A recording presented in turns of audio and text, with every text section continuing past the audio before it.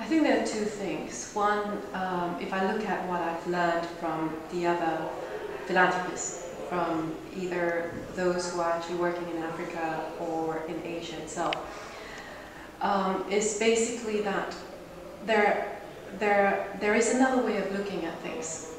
For example, we've all been talking about what is the cause of suffering, what is the cause of poverty, and going out there and delivering services and delivering what we think is basically what the marginalized communities are needing.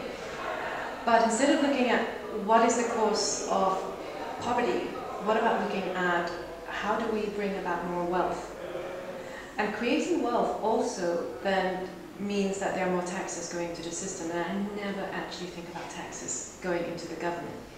Because there is this, governments must manage funds and everything else. But he was right, Kim was right when he said it is the government's role in delivering a lot of the healthcare, a lot of education, water, clean water and sanitation.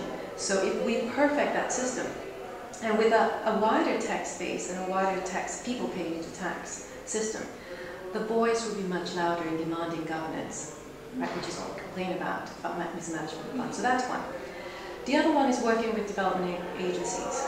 I've just realized that there is such an incredible distrust for business. I have gone into, basically the NGO world from a very business-driven mind, and I often found it surprising that the development agencies don't actually embrace us with warmth. And in fact, it took years before, and lots of slapping on my face before, actually finally these people are coming around and saying, okay, they're not going away, or she's not going away, and therefore now we're working with her. And I couldn't understand it until now when I heard from all of these development agencies who are here this week saying there's such a distrust. They never trusted business because they've felt like they've been ripped off for so long. So I think those are the two biggest takeaways.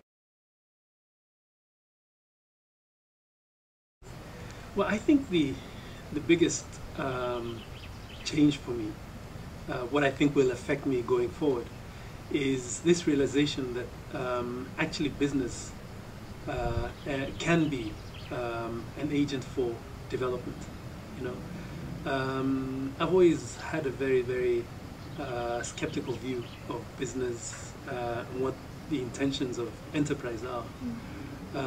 But listening to some of the case studies and talking to some of the people who've been involved in this, who believe in poverty eradication, I leave here with a very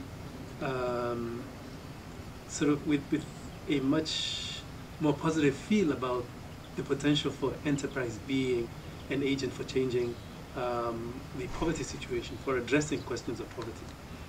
And so we'll approach it differently, and we'll, I think, have a changed view of business and what potential business has for changing the world.